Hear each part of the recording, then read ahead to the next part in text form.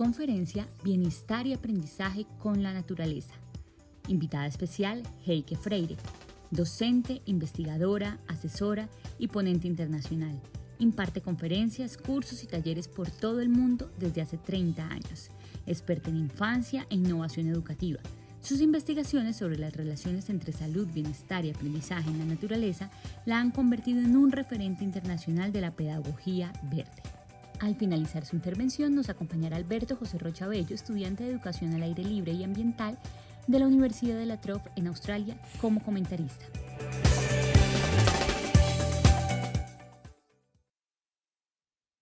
Hola, muy buenas tardes.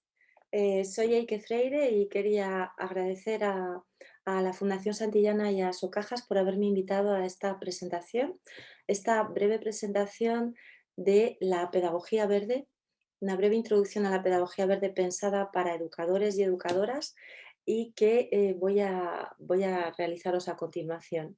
El concepto de pedagogía verde es simplemente comentaros que es un concepto que creé hace aproximadamente 15 años, reflexionando sobre el tipo de trabajo que realizamos para reconectar a niños y niñas con la naturaleza.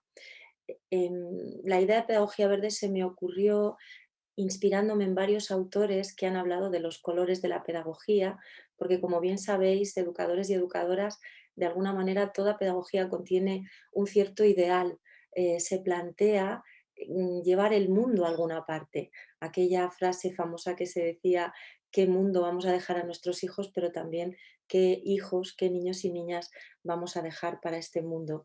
Y en este enfoque de futuro que tiene siempre la educación, que es algo, una actividad orientada hacia un futuro, pero también hacia un presente, que es algo que yo siempre he defendido mucho, pues hay una serie de ideas que pueden estar implícitas en las formas de educar. Y entre estas ideas, pues algunos autores han hablado de pedagogías negras, de pedagogías blancas, de pedagogías rojas, y en un momento dado yo me planteé por qué no podríamos también plantearnos la posibilidad de desarrollar un enfoque pedagógico verde, es decir, centrado en la relación entre el ser humano y el medio natural, centrado en la relación del ser humano con la naturaleza, pero a tres niveles: a nivel de su relación consigo mismo, consigo misma, puesto que las personas, los seres humanos también somos naturaleza, de su relación con las demás personas, que por supuesto son naturaleza también, y de hecho un aspecto muy, muy importante del ser humano es su sociabilidad, por lo tanto las otras personas son muy importantes y la naturaleza del ser humano es ser un ser social, y su relación con el entorno. Entonces, desde esta triple perspectiva de cómo se relaciona el ser humano con la naturaleza, y teniendo en cuenta que todo ser humano de alguna manera es como una semilla, como la semilla de esta plántula que veis aquí, como diría un biólogo, y al igual que cualquier otra semilla, lleva dentro de sí todo lo que necesita para crecer y desarrollarse, lleva dentro de sí una información genética, digamos, que a veces viene de muy, bueno, que siempre viene de muy, muy atrás, que podemos remontar en la escala filogenética hasta los orígenes de la vida, finalmente, 4.400 millones de años. Y esa información que trae, ese potencial de desarrollo que trae esa semilla, que es también un ser humano, la actualización, digamos, de este potencial dependerá del entorno en el que se encuentre. Al igual que esta semilla, para crecer y desarrollarse, necesitará una cierta cualidad de la tierra, unos nutrientes, un agua, un aire, unas horas de luz, pues igualmente el ser humano necesita unas condiciones del entorno para desarrollar todo plenamente su potencial. Y desde mi punto de vista, esas condiciones solo se reúnen en el medio natural. Es decir, para que un ser humano pueda llegar a ser como este árbol que vemos aquí, pueda llegar a desarrollar todo su potencial, todas sus capacidades desde esa pequeña plántula que veis ahí, necesita, a veces hablo de unos nutrientes en un suelo educativo, pero necesita sobre todo de ese contacto con el medio natural, que es donde nos hemos desarrollado desde hace muchísimo tiempo, ya sea desde hace 250.000 años o desde hace 7 millones de años, 250.000 para el Homo sapiens y unos entre 5 y 7 para los primeros simios de los que de alguna manera procedemos en la evolución. Y para ello eh, nos hemos desarrollado realmente en contacto con la biosfera. Es decir, que el vivir tan encerrados con tanta tecnología como la que tenemos ahora es relativamente reciente en la historia del ser humano y ha ido muy rápido, ha evolucionado muy rápido comparativamente a cómo nuestros cuerpos, que son orgánicos, han cambiado. De alguna manera nuestros cuerpos siguen siendo igual. Cada criatura que nace con una expectativa de aire limpio, ¿no? Nace con unos pulmones y una expectativa de aire limpio, nace con una piel que es una expectativa de caricias, pero también una expectativa de luz, a través de la cual puede sintetizar la vitamina D, nace con una expectativa de colores, de formas, de sonidos, pero no de colores y formas estridentes, sino realmente acariciadores como los que nos proporciona la naturaleza. Y verdaderamente es el entorno que nos hace plenamente humanas, el entorno natural donde, como os digo, las criaturas humanas se han desarrollado en íntima vinculación desde los principios de los tiempos. La pedagogía verde puede entenderse de muchas maneras. Una de ellas es una pedagogía para cuidar la vida o una pedagogía del amor por la vida, del amor por la tierra, porque como os explicaré hay un concepto muy importante que manejamos que lo acuñó el psicoanalista y sociólogo residente en Estados Unidos, pero de origen austríaco, Erich Fromm, al que todos conoceréis por sus maravillosos libros, que ya en los años 50 acuñó un concepto que es muy importante para la pedagogía verde, que es el concepto de biofilia, que luego os explicaré de qué se trata. Entonces, como os comentaba, la pedagogía verde puede considerarse una pedagogía ambiental en el sentido de que le da muchísima importancia a los entornos.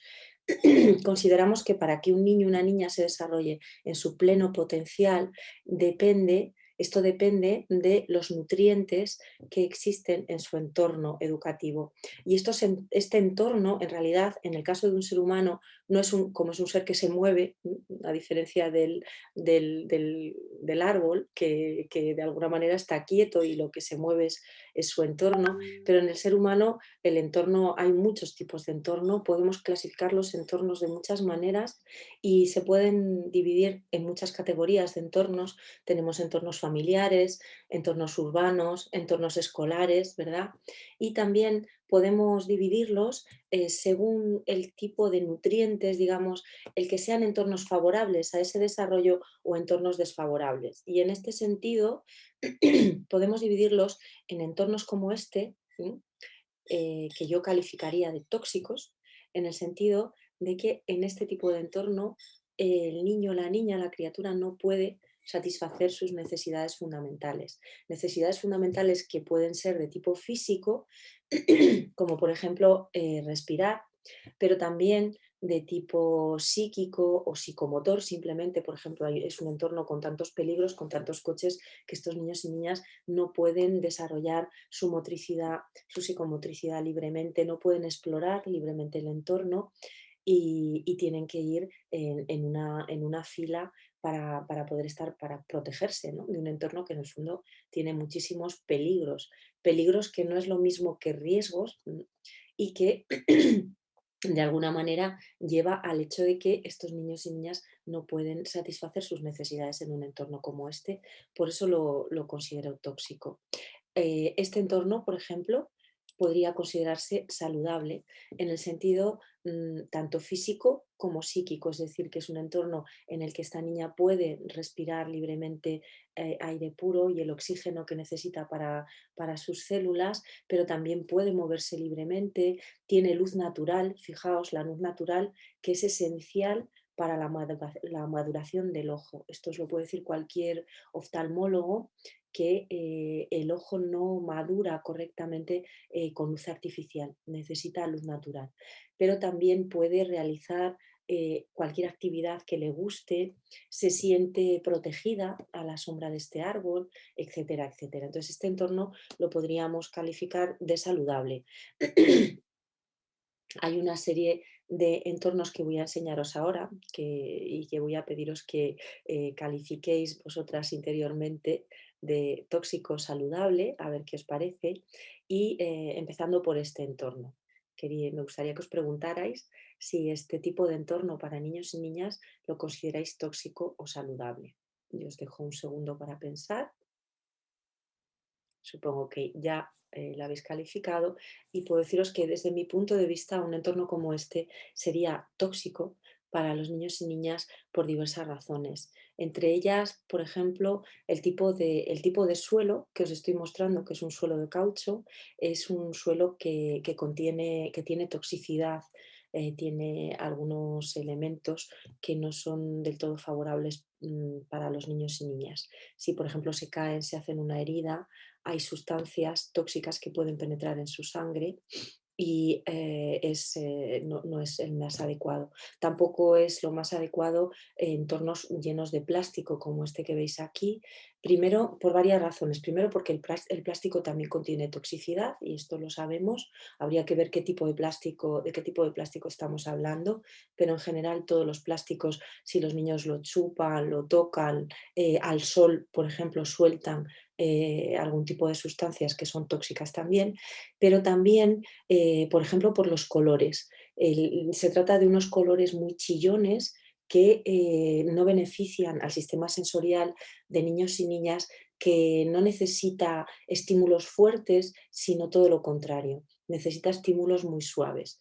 Y aquí tenemos unos colores chillones que durante mucho tiempo se ha pensado que a los niños y niñas se les estimulaba mejor con sonidos y con colores fuertes, y es todo lo contrario, es decir, que el sistema sensorial, cuando la estimulación es excesivamente fuerte, se cierra en lugar de abrirse. Y en este entorno, por ejemplo, los colores son muy chillones.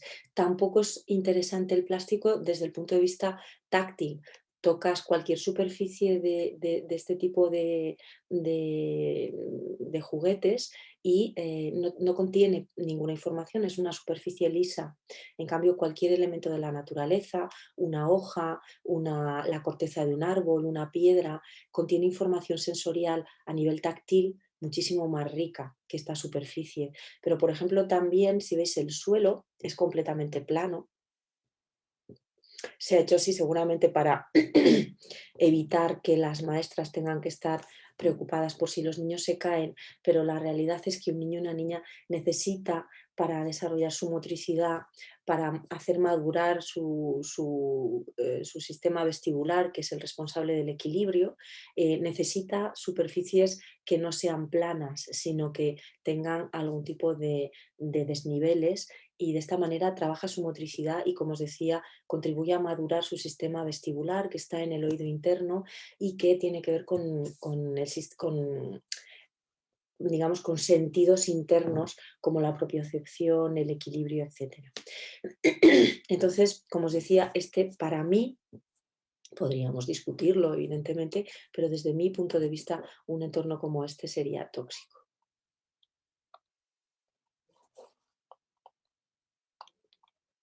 Este tipo de entorno, os dejo un minuto para que reflexionéis, sería tóxico o saludable. Ujú. Desde mi punto de vista, este entorno es un entorno, perdón, es un entorno saludable, aunque algunas personas pensarían, ay, pero se están manchando, pero fíjate que están jugando con unas hierbas que se las pueden comer, ¿qué tal? Para mí es un entorno saludable en el sentido que responde a necesidades profundas de estos niños y niñas, por ejemplo, la necesidad de jugar a cocinitas. Seguramente muchos de vosotras y vosotros recordáis momentos de vuestra infancia en los que cocinar, que es una actividad que tiene que ver con cuidar a otros, formaba parte del juego, tenía una importancia muy grande en vuestros procesos de aprendizaje a través del juego. Y esto es, por ejemplo, lo que permite este lugar. Jugar con tierra, jugar con agua, son elementos fundamentales de la vida humana, del agua y la tierra, y que tienen además unas propiedades que actúan sobre las emociones, sobre la sensibilidad, y que los niños y las niñas intuitivamente lo saben. Yo tengo el recuerdo cuando era niña de tener las yemas de los dedos, no sé si os ha pasado a vosotros, completamente arrugadas de tantas horas que pasaba jugando con agua. Era un elemento que me encantaba. Y esto no es algo baladí, no es algo que sea una mera coincidencia. Todos los niños y niñas sistemáticamente buscan esta relación con el agua, con la tierra, porque saben que es beneficioso para ellos, para su sistema sensorial, para su sistema emocional, es beneficioso para su desarrollo, para su bienestar y también, por lo tanto, para su aprendizaje. Uno de los aspectos de la pedagogía verde es esta comprensión del ser humano como un olón, ¿no? Es una pedagogía que es holística y que no solamente atiende a los aspectos intelectuales, sino que le da muchísima importancia a los aspectos sensoriales, emocionales, intuitivos, imaginativos de la persona, porque son la base. Por ejemplo, todo lo que es el sentir es la base de cualquier ser humano. Si una persona no sabe lo que siente, no puede construir su vida, no puede tomar decisiones, no puede elegir, no puede decidir. Es fundamental el saber lo que uno siente. Es la base de cualquier vida. Desarrollar esas capacidades sensibles es fundamental. Bueno, este tipo de entorno, eh, para agilizaros y no complicaros mucho, ya imagino que habréis dicho tóxico, es un poco lo mismo que veíamos en la otra imagen, plástico, colores chillones, la imposibilidad de moverse. Bueno, este tipo de entorno también lo considero tóxico. Cada vez hay más niños y niñas, incluso bebés, que pasan muchísimo tiempo delante de las pantallas y algunos especialistas incluso han llegado a hablar del concepto de autismo virtual porque algunas criaturas con 3 4 años, después de haber vivido unos primeros años con demasiadas pantallas, especialmente cuando son bebés, resulta que no han podido desarrollar esas capacidades de comunicación tan sutiles del ser humano que se desarrollan a lo largo de los años y cuya base es el contacto visual energético, emocional y sensorial con los ojos de la madre y la comunicación no verbal con el rostro de la madre. Entonces, cuando estos niños y niñas han pasado demasiado tiempo pegados a una pantalla, no han podido desarrollar esas capacidades y llegan a los 3 4 años presentando características digamos, de la problemática autista, Asperger, etcétera. No es que todos los autistas tengan que ver con un exceso de pantallas en la primera infancia, pero sí es verdad que hay un tipo específico de problemas de comunicación, de problemas de relación, de problemas de expresión, de conexión emocional también, que tiene que ver con un exceso de pantallas y que estamos viendo cada vez más en casi todos los países. Este entorno para mí es un entorno natural, es un entorno que es saludable para los niños y las niñas, para su desarrollo holístico o integral. Como veis, este niño está, parece un poco un monito colgado del árbol, y es que niños y niñas tienen la necesidad a lo largo de su desarrollo de pasar también por las etapas que han sido las etapas fundamentales de la especie humana. Nuestra especie ha sido arborícola, después ha sido cazadora-recolectora, después se ha establecido como agricultora, ganadera, y esas distintas etapas vemos que cuando niños y niñas están en interacción con el medio, espontáneamente las atraviesan. Este entorno es particularmente interesante para madurar todo el sistema sensorial, todo el sistema nervioso de la infancia, algo que es muy, muy, muy importante, y también para desarrollar sus capacidades espaciales, por ejemplo, sus capacidades de atención, de concentración, de relajación, como veis. Bueno, este entorno que veis aquí es un patio renaturalizado en una población española. Era un patio completamente encementado y que gracias al trabajo de padres, madres, del ayuntamiento y de toda la comunidad educativa, pues se pudo renaturalizar, es decir, se pudieron introducir elementos naturales para que los niños y niñas pudieran estar más en contacto con la naturaleza. Bueno, esto que veis aquí es el típico esfuerzo de muchas maestras por realmente llevar a las aulas, por llevar a las aulas naturaleza.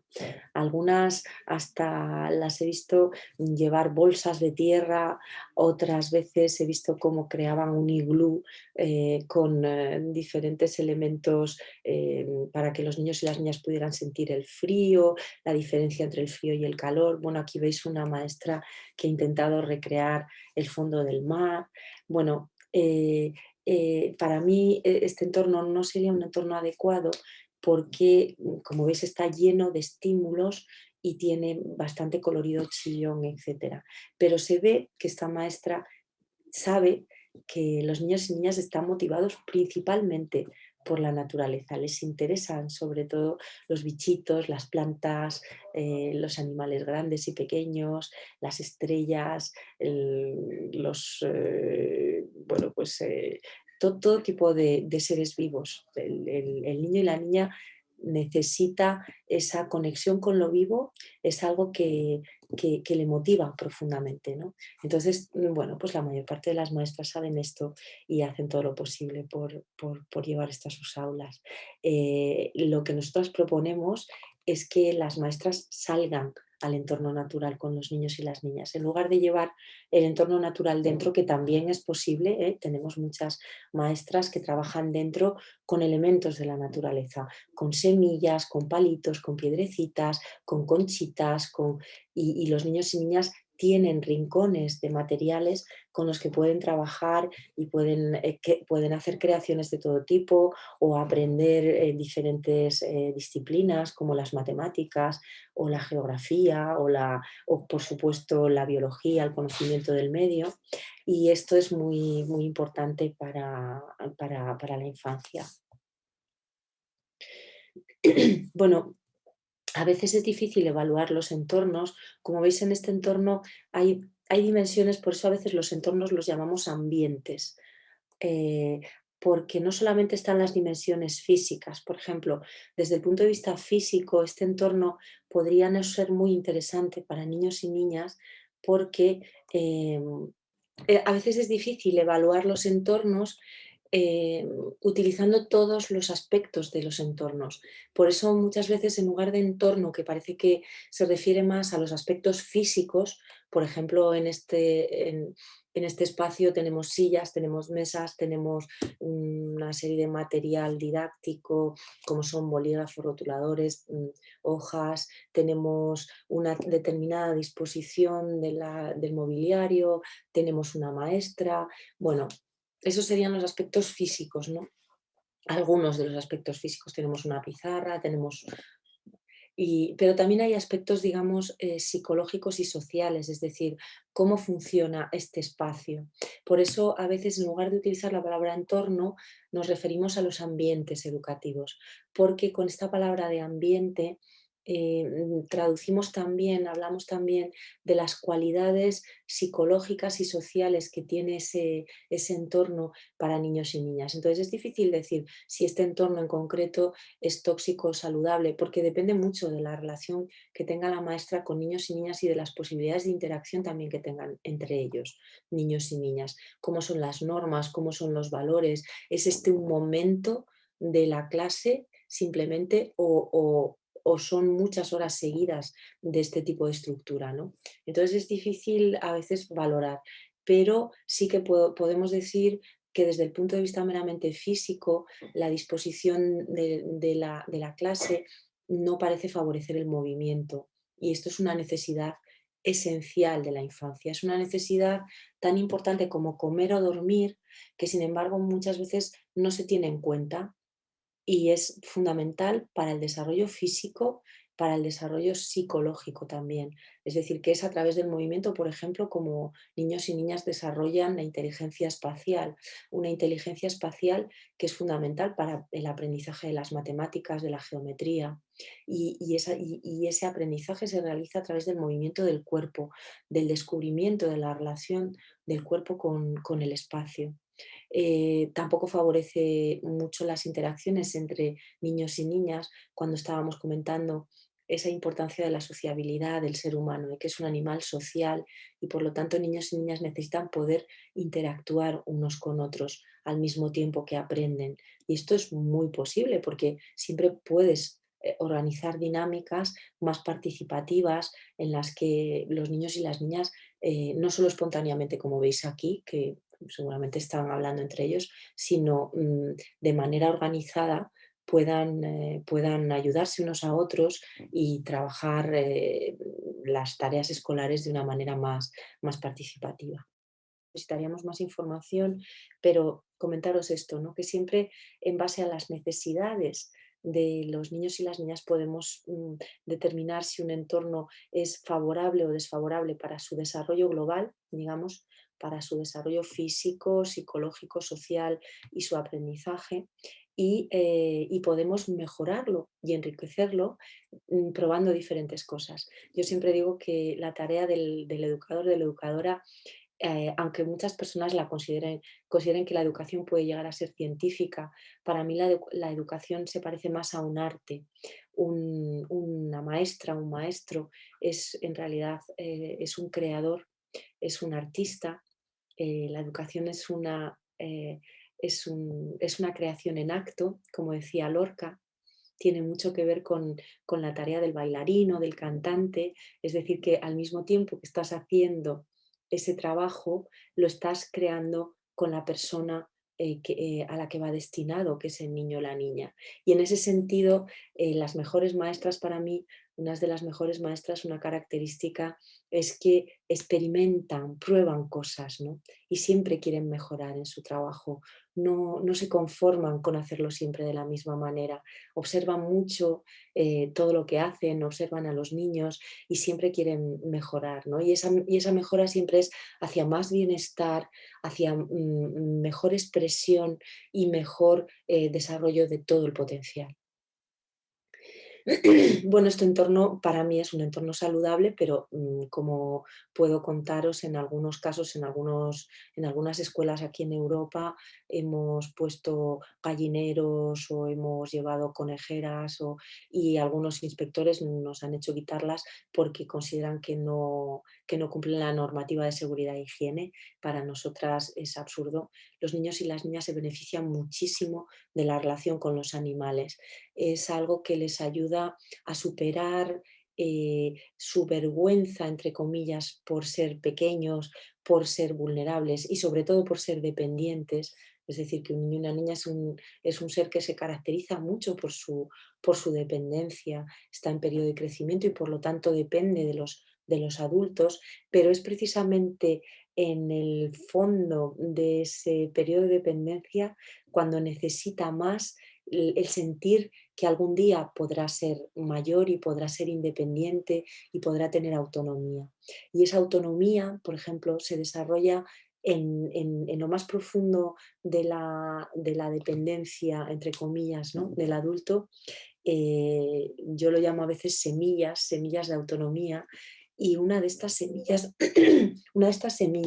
es la capacidad de cuidar de otras personas, de otros seres. En este caso no son personas, es de otros seres, de poder cuidar de un conejito, de una gallina, de un pollito. Eso es algo que les hace crecer muchísimo, que además cultiva su vinculación con la naturaleza, que cultiva su empatía. A veces comento que niños y niñas aprenden, que los seres humanos aprendemos en general las emociones de los animales y la sensibilidad de las plantas. Y realmente sabemos por muchísimos estudios que cuando están en relación con animales se desarrolla toda una capacidad empática, de proyección sentimental con el animal y se desarrollan una serie de cualidades que desembocan en una mejor autoestima del niño o la niña, una mejor autoimagen, unas capacidades de amor por la vida que al final es lo que realmente nos hacen enfrentar cualquier tipo de dificultad y ser mucho más resilientes. Se trata de desarrollar ese amor por la vida de ese ser. Por ejemplo, aquí veis, son caracoles, pues a algunas personas les pueden dar asco, ¿no? Pero ¿cómo va a tener un niño y una niña unos caracoles ahí en la mano? ¿Eso es tóxico? Pues no, es algo que cada criatura necesita, ¿no? Esa relación con todo lo vivo, con todas las cualidades de lo vivo que son infinitas. Bueno, aquí tenéis un problema con adolescentes que están en un entorno muy natural, pero cada uno con su pantalla. Y aquí la pregunta sería, ¿estamos hablando de un entorno tóxico o saludable? Pues es difícil responder si tenemos en cuenta que en el caso de la adolescencia, las pantallas en nuestra sociedad se han convertido en una manera de conexión muy importante para ellos porque no tienen lugares para encontrarse. El problema es que cada vez más jóvenes sucede esto porque al perder la infancia, los espacios de encuentro tradicionales como han sido la calle o los jardines, cuando las personas se encierran cada vez más y están cada vez más en interiores con pantallas, pues al final la manera que tienen de conectar unos con otros es a través de las pantallas y esto se queda instalado ahí y a veces es difícil de resolver. Yo desde mi punto de vista creo que realmente la necesidad de tecnología no es una necesidad auténtica, sino que es una necesidad creada, creada por el estilo de vida, creada por una industria también muy potente, pero que estos adolescentes podrían perfectamente estar de otra manera, disfrutando del medio natural y de todo lo que puede ofrecerles también en la adolescencia. Es muy importante. Bueno, os hablaba antes del concepto de biofilia, que como os decía, lo desarrolló Eric Fromm, y este concepto de biofilia es central porque de lo que se trata es de favorecer que la infancia crezca manteniendo esa conexión con el amor por la vida, es decir, creciendo en amor por la vida. Todos los seres humanos venimos al mundo con este amor por lo vivo, con esta biofilia que viene de bios, vida y filos, amigo, amante, y sin embargo a veces se transforma en lo contrario, que también lo definió Eric Fromm, que se llama biofobia y que es todo lo contrario, es un miedo a la vida. Este amor por la vida aparece, por ejemplo, en el hecho de que nos enternecemos cuando vemos un cachorro, preferimos los espacios naturales mucho más que los espacios artificiales o construidos y de esto tenemos muchísimos estudios de niños y niñas de todas las edades y en diversos países que cuando se les pregunta dónde prefieren estar, si en un interior, en su casa o salir al campo en su tiempo libre, eligen siempre esto en cualquier edad. Si son menores de 7 años normalmente es con sus papás y si son mayores de 8 con sus amiguitos. Pero siempre en un espacio natural, por mucho que les gusten las pantallas, que evidentemente les gustan mucho. Entonces, este amor por la vida se manifiesta de muchas maneras, es algo con lo que nacemos, es decir, tiene que ver con el hecho de que espacios como este que veis ahí han, han contribuido a nuestra supervivencia, han sido los espacios con agua, por ejemplo, y vegetación, los espacios que nos han dado más probabilidades de supervivencia como especie. Y eso está impreso en nuestros genes, como decía Edward Wilson, que es un biólogo inglés, que efectivamente em, la biofilia es algo genético en el ser humano, ¿no? Y esta tendencia con la que viene cada ser humano se cambia por la cultura y muchas veces se transforma en lo contrario, que es el miedo a la vida. Sin embargo, cuando podemos cultivar en los niños y niñas, preservar y desarrollar, darles oportunidades para que preserven y desarrollen este amor por la vida, lo que encontramos son seres humanos más plenos, seres humanos más arraigados en la tierra, más en sí mismos, es decir, más como más dueños de sí, de alguna manera, más sanos, a todos los niveles, a nivel físico y también a nivel psicológico, y seres humanos con mucha más conciencia ecológica, que es algo que también nos hace muchísima falta teniendo en cuenta el grado de destrucción del planeta que hemos alcanzado y que requiere una revisión profunda de todos nuestros valores, de nuestra cultura y por lo tanto de la forma en que educamos a nuestras criaturas para esta nueva cultura de respeto, de amor y de cuidado al planeta.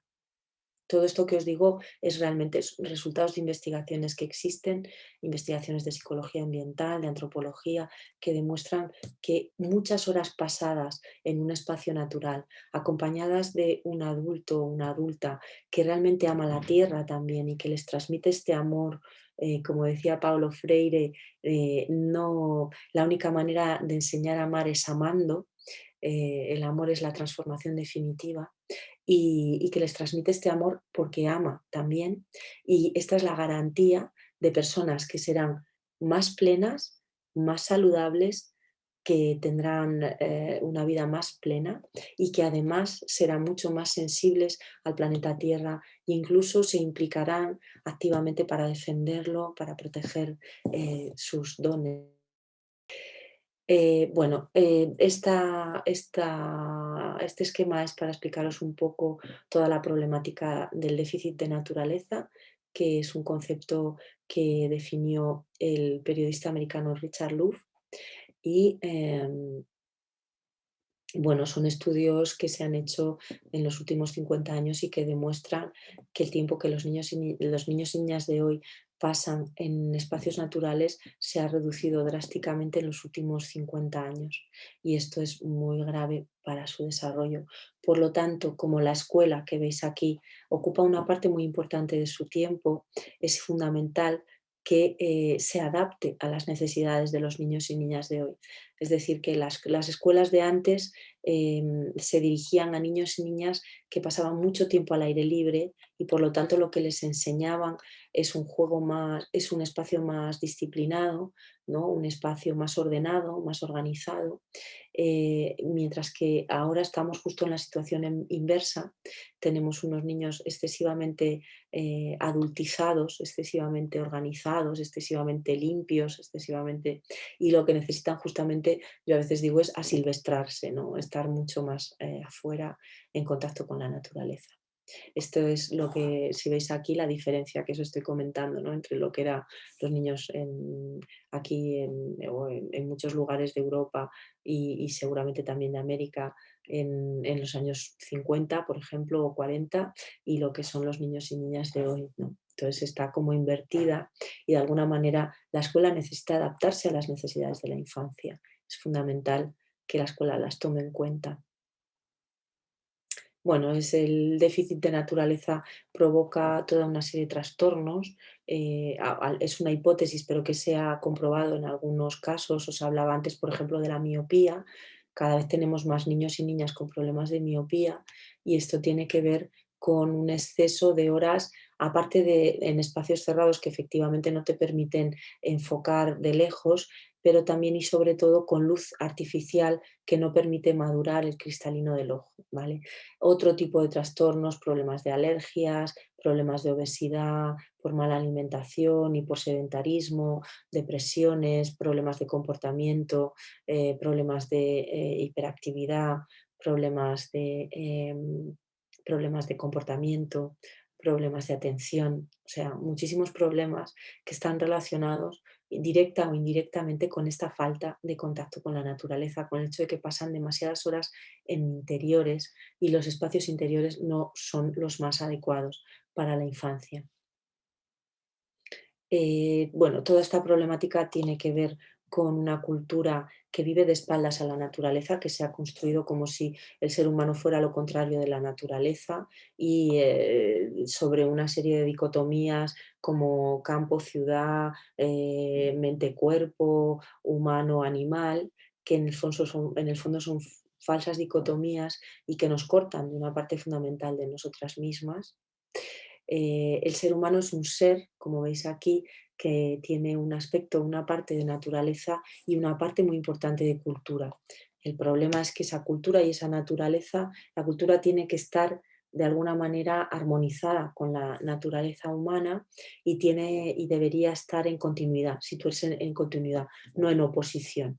Y estamos en una cultura que realmente se sitúa en oposición y eso se ve pues, en las escuelas. Las escuelas son edificios muchas veces cerrados a su entorno y a veces se han incluso construido sobre hábitats de diversas especies, destruyendo el hábitat de muchas especies, ¿no? La cuestión es ver si podemos construir una escuela y construir una educación en la cual el ser humano aprenda a convivir consigo mismo, con los demás y con el entorno de una manera más armónica. Y esto puede ayudarnos a avanzar hacia otra forma de vida, ¿no? Otro estilo de vida que nos, que sea más respetuoso con nosotras mismas y con el entorno. Bueno, esto es la biofobia de la que os hablaba antes. Hoy en día se ven muchos niños y niñas que como resultado de estar alejados de la naturaleza tienen miedo cuando ven un bicho, les da asco, eh, tienen diferentes comportamientos de ansiedad o incluso obsesivos de limpieza. Ahora con el asunto del COVID aquí tenemos muchos niños y niñas que se lavan las manos 13 veces en 13 minutos, ¿no? Y bueno, son comportamientos de miedo que no benefician el desarrollo de los niños y niñas. Evidentemente, un niño o niña con miedo es un niño o una niña que va a retrasar su desarrollo muchísimo. Esto es algo que hemos podido ver en los confinamientos, como hoy precisamente me comentaba una madre que su hijo que estaba precisamente en el momento de los esfínteres cuando el confinamiento aquí en España, pues cómo vivió una regresión muy grande, ¿no? Cuando estaba ya prácticamente tenía superado a la cuestión esfínter, tuvo una regresión muy, muy fuerte en esos meses. Pero bueno, pues tenemos casos de niños con ansiedad, con depresión, con estrés y todo esto ralentiza y hace retroceder el desarrollo global de la persona, tanto a nivel, como os decía, físico, psicológico y social y también cognitivo, intelectual. Bueno, lo que quería mostraros con este pequeño esquema es cómo, de alguna manera, la educación tradicional está centrada en personas haciendo actividades y la pedagogía verde lo que propone es pensar los entornos también como parte de la educación. Esto hay muchas pedagogías que han tenido en cuenta esto, desde Loris Malaguchi hasta María Montessori.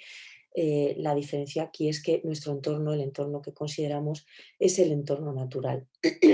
Y en este sentido, el educador se convierte en una especie de acompañante en este trío que es las personas, el entorno y las actividades que se realizan.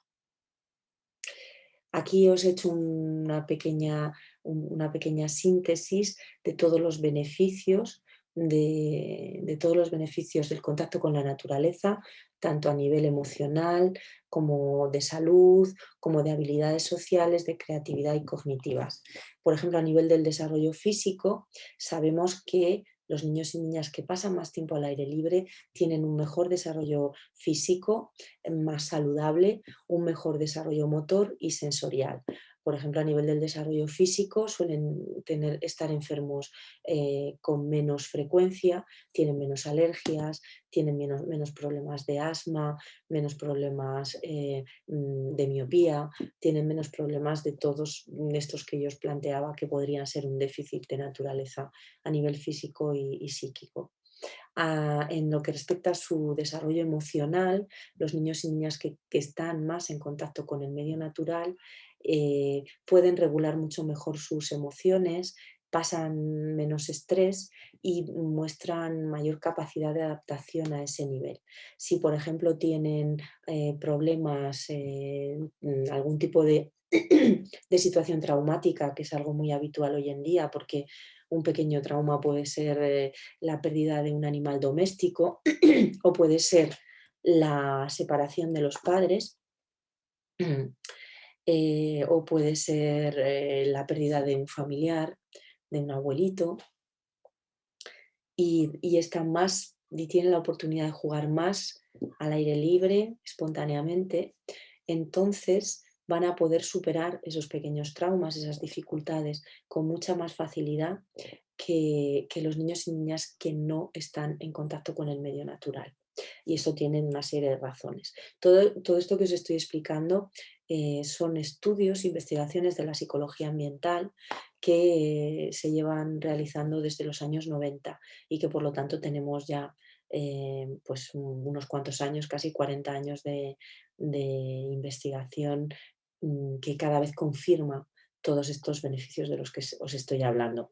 A nivel de las habilidades sociales, los niños y las niñas que están más tiempo al aire libre, pues tienen más empatía, más comunicación, se apoyan más mutuamente. Por ejemplo, observaciones del juego en los patios de recreo que han sido renaturalizados, es decir, con naturaleza, en respecto de los patios que son más encementados, observamos que el juego en los patios de cemento es mucho más competitivo y mucho más estereotipado, es decir, mucho menos rico. En cambio, el juego en los espacios renaturalizados o en los espacios naturales en general es mucho más colaborativo, es decir, hay mucha más ayuda mutua entre los niños y niñas y es un juego mucho más rico, es decir, más imaginativo, más creativo. ¿Por qué también? Pues porque la naturaleza desarrolla la imaginación, desarrolla en un espacio natural cualquier ser vivo, una hormiga, una pequeña abeja o avispa que pasa, una nube, cualquier elemento de la naturaleza despierta en la infancia un asombro que es la base de la creación, es la base de ese sentimiento mágico del mundo y por lo tanto la base de la creatividad, pero tanto de la creatividad artística como de la creatividad científica o filosófica o literaria. Esto está también bastante estudiado. Y por último, también en el medio natural, niños y niñas tienen la capacidad de desarrollar mejor todas sus habilidades cognitivas. Los espacios naturales tienen una propiedad que es que restauran la atención, es decir, que cuando hemos estado muy concentrados en un espacio cerrado y vamos a un medio natural, al aire libre, nos restaura nuestra atención, es decir, regenera nuestra capacidad de atención que está de alguna manera erosionada por un exceso de concentración, un exceso de estar focalizado siempre sobre la misma cosa y de estar encerrado. Esto lo puede observar cualquier persona si por ejemplo estáis escuchando esta charla y ya decís, bueno, ya he escuchado bastante tiempo, ya me cuesta un poco seguir las explicaciones, me voy a dar un paseo y inmediatamente la capacidad se recupera la capacidad de atender, de concentrarse, de leer, de escuchar otra charla y eso es por este efecto restaurador. Por lo tanto, los espacios naturales ayudan a mejorar la atención y la atención es la base de la memoria. Si no atendemos correctamente es muy difícil que podamos recordar. Por otro lado, también al favorecer las emociones, la regulación emocional, también ayuda a la memoria, porque bueno, hay muchos estudios de neurociencia que demuestran que recordamos aquellas cosas que hemos vivido intensamente, emocionalmente. Y todo ello pues, beneficia también al pensamiento, ayudado también por las habilidades sociales. Al favorecer la empatía y la colaboración se favorece el lenguaje y el lenguaje es un vehículo del pensamiento, por lo tanto también niños y niñas se ven beneficiados en esta área. Y bueno, me voy a quedar aquí. Quiero animaros a los educadores y educadoras que me estáis escuchando a probar a salir del aula. Yo sé que muchos de vosotros habéis sido formados específicamente para enseñar dentro del aula. Toda la didáctica y toda la pedagogía está enfocada a la unidad aula, pero esto necesitamos cambiarlo, necesitamos darle la vuelta a la escuela, poner la cabeza patas abajo y empezar a darle importancia a otras cosas que son previas y que son fundamentales. Por lo tanto, os animo muchísimo a pensar qué cosas que hacéis dentro ahora mismo de vuestras aulas podríais llevar de manera sencilla al espacio exterior para poder compartirlas con vuestros alumnos y alumnas y observar los beneficios en vosotras mismas y en ellos de esos espacios para su desarrollo y su aprendizaje. Muchísimas gracias por escucharme. Profesora Heike, muchas gracias por esa presentación. Encantado y qué nota. Bueno, Gracias. empecemos con las preguntas. Tengo la fortuna de poder estar en Australia y estudiar educación al aire libre. Ujú. Y como te comenté anteriormente, acabo de llegar de una excursión prácticamente anoche Mm, y en donde tuvimos que planear una ruta con niños y teníamos que planear eh, qué actividades tocaba hacer, qué enseñanzas sobre los indígenas, la biología, la fauna, la flora. mm, Cuando el profesor nos estaba diciendo la planeación, nos dijo, por favor, no metan juegos, porque él cree que los juegos arruinan la experiencia de los niños y lo desconectan del ambiente. En mi mm. opinión, es todo lo contrario, pero me gustaría saber su opinión sobre los juegos. Bueno, vamos a ver. La cuestión del juego es esencial. Los niños y las niñas se desarrollan jugando. El juego, además, hay muchos investigadores que creen que realmente si el ser humano tiene este cerebro tan desarrollado del que estamos tan orgullosos es porque jugamos. A través del juego nos adaptamos a los entornos, aprendemos a transformarlos también. El juego es esencial, es tan importante en el ser humano. El otro día comentábamos en una webinar con una especialista en juego también aquí de España que se llama Inma Marín, charlando sobre el juego, una webinar que se titula Instinto de Juego y está en mi canal de YouTube, lo podéis escuchar allí. Comentábamos que los animales, hay especialistas en juego animal que dicen que los animales necesitan unas ciertas condiciones para jugar. Es decir, un animal, si hay un depredador en el entorno, si se siente estresado porque se siente amenazado, no va a jugar. Sin embargo, tenemos relatos de juegos de niños y niñas en los campos de concentración, en guerras. Los niños y niñas no dejan de jugar. El juego es esencial para el ser humano. Ahora, ¿qué es lo que se considera juego? Este es el problema. Muchas veces llamamos juego a las actividades organizadas por los adultos y realmente el juego en sí, el juego espontáneo, ese instinto con el que nace cada criatura humana y que es esencial, como te digo, para nuestra especie, ha de ser autogenerado. Es decir, son los juegos que surgen espontáneamente de la relación con el entorno, como dice tu profesor. Y es un juego, yo llamo juego espontáneo en la naturaleza, y este es el juego que surge, que es el estrictamente necesario y que tiene la principal característica del juego, que es el jugador el que decide lo que quiere jugar, el cómo, el dónde, el cuándo. Cuando es un juego preparado por adultos, los típicos juegos didácticos que hemos hecho tantísimos, o por ejemplo, ayer precisamente en una escuela que estoy acompañando a las maestras en esta transición de trabajar todo el rato dentro a equilibrar, ¿eh? Porque a veces no es estar todo el tiempo fuera, es simplemente equilibrar el trabajo en el entorno natural y en un medio ambiente construido, en un aula. Y realmente me decían, sí, sí, es que hemos hecho una actividad, hemos hecho una gincana. Entonces, muchas veces los juegos al aire libre que se plantean son los típicos juegos del campamento de gincanas, que no son los más apropiados porque están pensados por adultos, hechos por adultos, y luego suelen ser juegos que meten presión a los niños, que les excitan, cuando una de las cualidades principales de los espacios naturales es que les relajan. Y eso es muy importante para su desarrollo. No sé Perfecto, si has muchas entendido gracias. la pregunta, es Sí, muy claro que interesante sí. la pregunta, ¿eh? Y enlazando un poco con mi experiencia que tuve pues, esta semana, sacaban el celular y eran pegados al celular y era como, wow, ¿qué está pasando aquí? Mm, Una de las noches estuvimos acampando en un pico, en una montaña, viendo el atardecer que era hermoso. Tres mm, de los niños estaban disfrutándolo, lo estaban maravillados, mientras que los otros tres dándole la espalda en el celular. Y mm, éramos como, ¿qué está pasando aquí? ujú. ¿Cómo cree usted que la tecnología pudiera beneficiarnos más a los niños y no perjudicar la experiencia cuando estamos educando al aire libre? Ujú. ¿Qué edades tienen estos niños que fueron Estos niños tenían más o menos 16 años. 16 años, son jóvenes, sí. Mm. ¿Cómo podríamos hacer? Eso es una buena pregunta. La verdad es, son muy buenas tus preguntas, Alberto. Gracias. Em,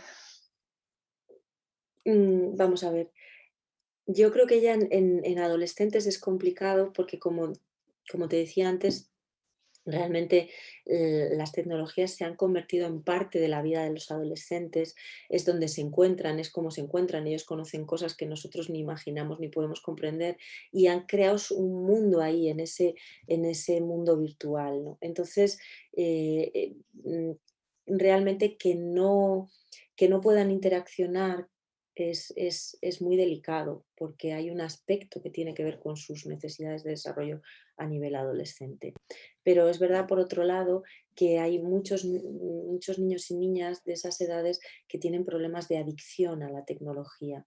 Y creo que las tres personas que me estás describiendo, pues habría que observarlas más, ¿verdad? Porque a lo mejor es ese momento nada más, pero si de alguna manera cotidianamente esto se repite, podríamos decir que tienen un problema de adicción. De hecho, las pantallas, el problema que tienen es ese, ¿no? Que están pensadas para maximizar el tiempo que pasamos delante de ellas, porque cuanto más tiempo estamos delante de ellas, más dinero ganan las personas que las han construido, con lo cual están pensadas así.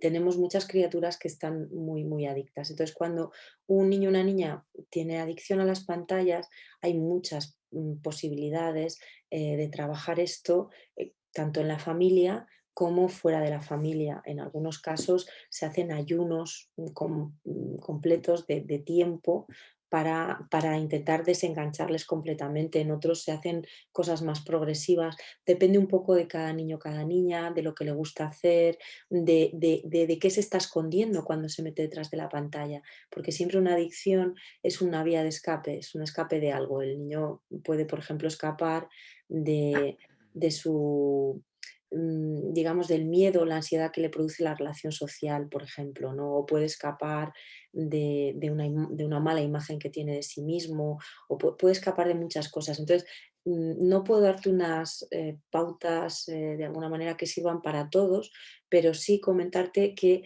cuando realmente la herramienta utiliza a la criatura en vez de al revés, estamos hablando de un problema que puede generar, que puede tener repercusiones en el futuro, sobre todo porque hay ventanas del desarrollo, como bien sabes como educador, que si no se realizan en determinados periodos vitales, después es más difícil que se puedan realizar. Y la ventana del desarrollo fundamental en la adolescencia es la relación con el otro, es la capacidad de construir con las otras personas. Y eso puede pasar momentáneamente por la pantalla, pero requiere lo presencial, requiere la presencia. Y en el medio natural, por supuesto, está además la necesidad del reto, que está muy asociado a todo lo que es la transición, ¿no? Porque de alguna manera el adolescente pues, está transitando de la infancia a la etapa adulta y en esto les ayuda muchísimo el medio natural, el darles estos espacios también para cultivar su intimidad, su relación consigo mismos, porque un adolescente está generalmente muy volcado hacia el grupo, pero necesita también cultivar la relación consigo mismo para ser una persona de alguna manera bien construida consigo misma, ¿no? Y no dejarse llevar por los demás. Entonces, esta relación consigo misma, esta intimidad, esta interioridad, es también muy importante y es algo que pueden encontrar en la naturaleza. Muchos adolescentes se han construido una casa en un árbol y allí se han refugiado a leer tardes enteras y así han construido esa relación consigo mismos, qué es lo que me gusta, qué es lo que no me gusta, mis imágenes, mis sensaciones, mis deseos y todo eso es fundamental, ¿no? Entonces habría que ver, pero francamente hay mucho trabajo que hacer porque además los seres humanos muy excesivos y nos polarizamos. Entonces es o todo o nada, y realmente hay que encontrar, porque la tecnología es algo que está en nuestras vidas y que difícilmente se va a ir, pero cómo encontramos la manera de que esa tecnología no nos perjudique y sobre todo no perjudique a nuestras criaturas, y al mismo tiempo puedan usarla sin ser usados por ella. Esta es toda la cuestión y no hay una respuesta, pero sí hay muchas preguntas y un trabajo muy fuerte y una presencia muy fuerte y una gran responsabilidad de los adultos porque somos nosotros los que les damos las pantallas. Por lo tanto, necesitamos responsabilizarnos y trabajar este aspecto mucho. Mm. Muchas gracias por eso, sí. Am, tuve la fortuna de estudiar en un colegio que se llama Gimnasio La Montaña, allá en Bogotá, el cual ofrecía una actividad extracurricular, la cual se llama PECA, Proyecto Educativo a Campo Abierto. Y Qué cuando bonito. nos ofrecieron, sí, muy, muy, muy chévere. Cuando nos ofrecieron este proyecto o esta actividad, todos los del curso éramos como, wow, qué chévere aprender de acampar, escalar, supervivencia, bueno, en fin, entre otras actividades. Y muchos del curso se inscribieron, eran como unos 40 50 o así. Pasado el tiempo, terminamos siendo 4, los cuales, como dice Eric Fromm, pues éramos los que no somos biofóbicos, ¿no? Mm, Los que no le teníamos miedo a la naturaleza, los que no teníamos miedo de mancharnos, de mm, ensuciarnos, de mm. los bichos. Y mi pregunta es, ¿qué creería usted que debería hacerse a nivel curricular para que la educación al aire libre tuviera realmente un impacto a todos los estudiantes y no solo a algunos pocos? Mm. Pues como te decía, ¿qué edad teníais vosotros cuando hiciste este programa? Teníamos alrededor de 12 y 13 años. Ujú. Bueno, lo que sabemos por los estudios es que cuanto más tempranamente los niños y las niñas estén expuestos al medio natural, es decir, y puedan pasar mucho tiempo en ese medio y sobre todo todos los días, es decir, que no sea una salida al año como se hacía aquí, ¿no? Que los coles salían una vez al año a la granja escuela, veían a los animales y ya está, o a las plantas.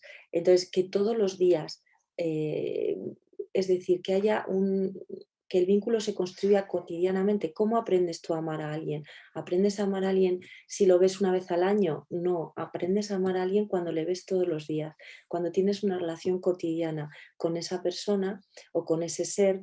Y el otro elemento es que tengan un acompañamiento exquisito, respetuoso, que cultive ese amor por la vida. Por ejemplo, si tienen un acompañamiento de una persona adulta que cuando van a tocar algo les dice no toques eso, que es caca o que es suciedad, que te vas a enfermar o que, ¿no? Un acompañamiento realmente exquisito de una persona adulta que ama la tierra, que ama profundamente a los seres vivos. Y esto es un trabajo también que los educadores necesitamos hacer, porque no todos los educadores tenemos este bagaje tampoco, ¿no? Entonces, esta sería para mí la clave y cuanto más tempranamente puedan estar en esos entornos con este acompañamiento, seguramente no se va a romper esa biofilia de la que hablábamos, ese amor por la vida, no se va a trastocar en biofobia, en miedo a la vida, y ese lazo se va a seguir fortaleciendo a lo largo de todo el desarrollo del ser humano. Por ejemplo, una práctica muy interesante son los hermanamientos con plantas y animales, que ya son cosas que se hacían en algunas culturas antiguas, el animal totémico, los niños y las niñas desde pequeños se hermanaban con alguna planta, con algún animal y los observaban y cultivaban esa relación todos los días. Esto también ayuda muchísimo a vincularse con el medio y a cultivar este amor por la tierra. Perfecto. Y ya para finalizar, enlazando un poco con esa respuesta y con los profesores, eh, ¿piensa usted que el tema de seguridad le temen y no se arriesgan a sacar a niños al aire libre Mm. porque les da miedo que los pique un mosco, que les pique una serpiente, que haya acantilados? Y lo digo porque ahora que estoy estudiando aquí, he leído sobre un autor que se llama Andrew Brooks, el cual hace una recolección de información sobre incidentes que han pasado para que nosotros los leamos y no cometamos esos errores. Y he Ajá. trabajado muchos años en Sambo, una empresa en Colombia, llevando niños y claro, tenemos muchos protocolos de seguridad, tenemos plan B, C, D, Mm, Z, mm, y a mm. veces decimos como, uy, ¿vale la pena llevar a los niños? Uf. Ya, y Entonces, pero con todos esos protocolos mejor no. correcto. Entonces, ¿piensa usted que los profesores le temen a sacar a los niños al aire libre por un tema de seguridad? Pues es una buena pregunta también. Ujú. Bueno, a ver, hay una cosa, yo he tenido la oportunidad de ofrecer cursos en diferentes partes de América Latina y desde luego hay una cosa muy clara que me quedó muy clara desde el principio porque fue lo primero que me dijeron las educadoras, me dijeron: "Hey, que la naturaleza en Europa es Euro Disney, es Disney, aquí de verdad tenemos naturaleza", ¿no? Y inmediatamente me empezaron a hablar de tarántulas, de plagas de langostas, de serpientes gigantes, bueno, pues de cosas que aquí en Europa no las vemos, ¿no? Evidentemente. Entonces, imagino que la medida del riesgo en cada lugar ha de adecuarse, ¿no? Pero creo que hay un tema con la seguridad, evidentemente, que tiene que ver con muchas cosas, que tiene que ver con un concepto de seguridad que es pasivo. Es decir, pensamos que estamos seguros cuando estamos quietos y nos ponemos cosas en la cabeza o nos encerramos en un lugar, cuando realmente el concepto de seguridad tiene mucho que ver con el desarrollo de las capacidades. Es decir, un niño, todos los educadores sabemos que cuando un niño no sabe, no tiene bien desarrolladas sus capacidades, por ejemplo, de autonomía o sus capacidades motoras, resulta que es mucho más peligroso que otro. De manera que cuando a los niños y niñas les protegemos de manera pasiva, les estamos dejando paradójicamente desprotegidos y nuestra propia protección, nuestra propia política de seguridad va a hacer que necesitemos más seguridad porque son niños que no son capaces de medir el riesgo. Entonces necesitamos un concepto de seguridad que sea activo y que tome en cuenta el hecho de que primero, de diferenciar entre riesgo y peligro. Un peligro es algo que no se puede asumir y efectivamente ahí hay que poner un cierre, pero un riesgo es algo que se puede asumir con un determinado acompañamiento y que es inherente a la vida y que es inherente al aprendizaje. Es decir, no puedes aprender sin riesgo, no puedes aprender sin salir de tu zona de confort. Cuando un niño o una niña está gateando, una criatura está gateando y de pronto se pone de pie, toma el riesgo más grande de su vida, que es darse de bruces inmediatamente y caerse tal cual es al suelo. Y sin embargo, es fundamental que lo tome para poder llegar a esta postura erguida que nos caracteriza y poder desarrollar su habilidad de caminar. Entonces, no hay un solo aprendizaje que no signifique tomar riesgos y tenemos que tener en cuenta eso, que la seguridad no ha de ser pasiva, sino activa. Es decir, que cuando construimos un plan de seguridad necesitamos que los niños participen activamente en esa creación de su seguridad y eso pasa por el desarrollo de sus capacidades y luego, por otro lado, diferenciar entre riesgo y peligro.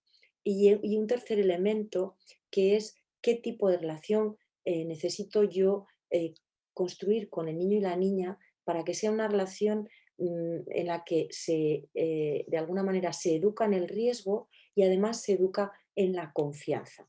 Porque creo que otra de las razones por las que los educadores les cuesta salir es porque están acostumbrados a estar en un aula, que un aula es un espacio donde todo está pensado para que tú lo controles todo. Es decir, es un aula, es un espacio donde no hay escondites, donde tú ves a todo el mundo al mismo tiempo, donde no hay recodos, donde no hay peligros, donde todo es plano, entonces cuando tú sales afuera, el problema que tienes es que no sabes cómo controlar aquello, porque tú has aprendido, has aprendido a educar desde el control que además te facilita un entorno pensado para que tú puedas verlo todo al mismo tiempo. Entonces necesitas trabajar tu necesidad de controlar y trabajar tu capacidad de generar otro tipo de vínculos con los niños y las niñas que tienen que ver con ese desarrollo de competencias y de autonomía y con esa confianza, con esa pedagogía de la confianza en la que vamos a negociar, vamos a definir límites, hasta dónde puedes llegar, hasta dónde no, y donde tú también vas a trabajar tus miedos y a desarrollar tu confianza en las capacidades de tus alumnos desde, por supuesto, una observación muy precisa de lo que son capaces, de lo que no, de qué tipo de dificultades tienen y de cómo les puedes ayudar a superarlas. O sea que es todo un cambio muy grande de actitud y no es fácil porque, bueno, no hay, yo ahora mismo tengo un programa de formación universitario en el que sí que formamos a los educadores para trabajar fuera, pero desgraciadamente en la mayor parte de las facultades seguimos centrados en esta formación en el aula y es muy diferente trabajar dentro afuera. Entonces entiendo que muchos educadores les cueste dar este paso y siempre les digo que tomen, pues un poco lo que dije al final de la charla, ¿no? Que tomen algo que les guste hacer, que lo hagan muy, muy, muy bien, que lo preparen bien con los alumnos y que traten de dar el paso, asegurándose esa confianza, esa seguridad, esa tranquilidad, evidentemente, pero que traten de dar el paso, porque lo que sí he visto es que cuando los educadores empiezan a salir fuera, luego lo que no quieren es estar dentro. Claro. Bueno, muchas gracias, profesora Freire. Muchas gracias por la presentación, estuvo increíble y gracias por este espacio. Muchísimas Muchas gracias a gracias. vosotros. Mil gracias.